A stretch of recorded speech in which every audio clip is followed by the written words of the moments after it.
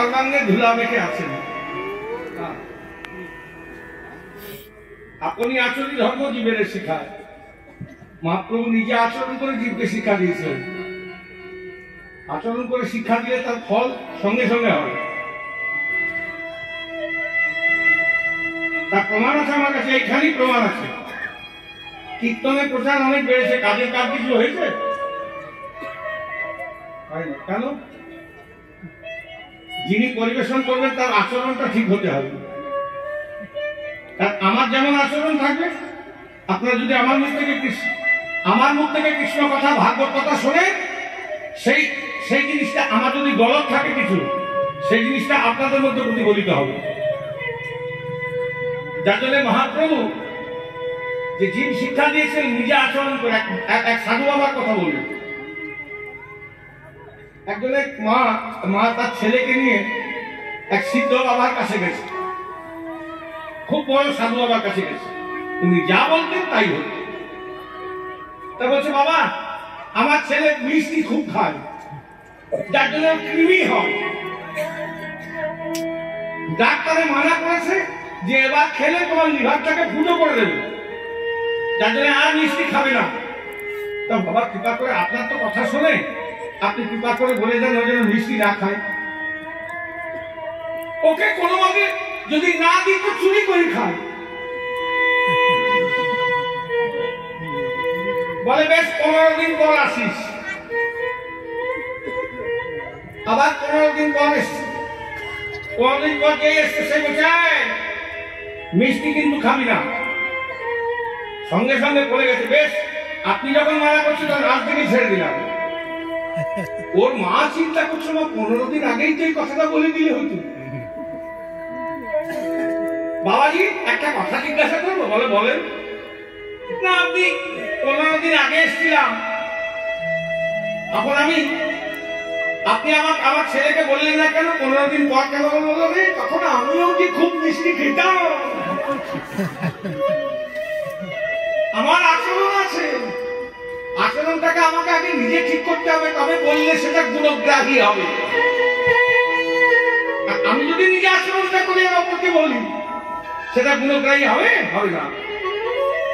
তাই মহাপ্রভু নিরহংকার হবে নদিয়ার পথে ধুলাই গড়াগড়ি দিচ্ছেন আর হরিবল হরিবল বলে নাম করছেন মহাপ্রভু ভক্তদের সঙ্গে দিয়া। তা সে ধুলা লেগে আছে। সচিমা বলছে, হ্যাঁ রে, বলে কে ধুলা দিয়েছে?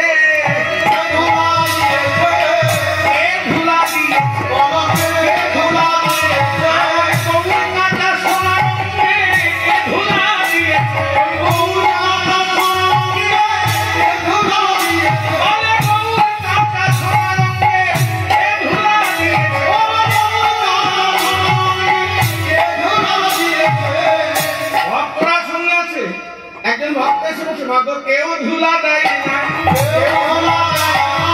কেউ ধুলা দেয় না, কেউ ধুলা দেয় না, ধুলা মেখেছে কেউ ধুলা দেয় না, কেউ ধুলা দেয় না, এই নদিয়ার পথে পথে কেউ ধুলা দেয় না, এই নদিয়ার পথে পথে কেউ ধুলা দেয় না। নিজেই ধুলা মেখেছে। আচ্ছা, কোন মানুষ রাস্তায় আস্তে আস্তে যদি মাঝ রাস্তায় বসে ধুলা মাখে, কি বলবেন? তার মাথা ঠিক আছে? কি বলবে? জানবেন মস্তিষ্কের বিকৃতি আছে। হ্যাঁ, তা গৌরে কি মাথা খারাপ যে মাঝে রাস্তায় না? প্রতিষ্ঠিত বদ্ধ ছিলেন মহাপ্রভু কার কাছে? দেবশ্রী নারদের কাছে। তখন একদিন দেবশ্রী নারদ শ্রীহরির কাছে গেছে, প্রভু নারায়ণ নারায়ণ নারায়ণ হরি,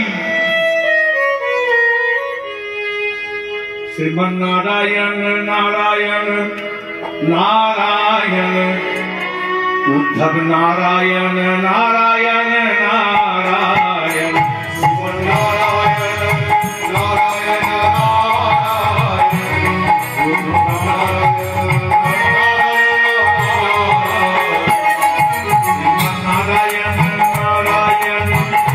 নারায়ণ নারায়ণ নারায়ণ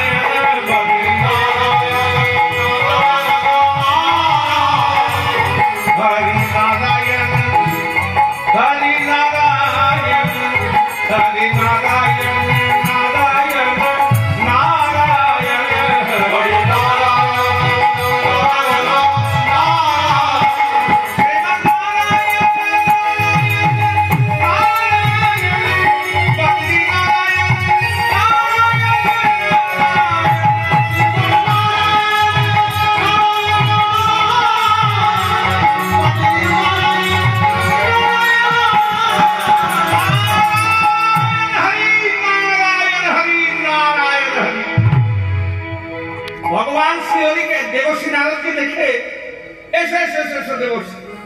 এই অসময় তুমি কেন এসছো? না প্রভু, একটা প্রশ্ন আছে। কি প্রশ্ন?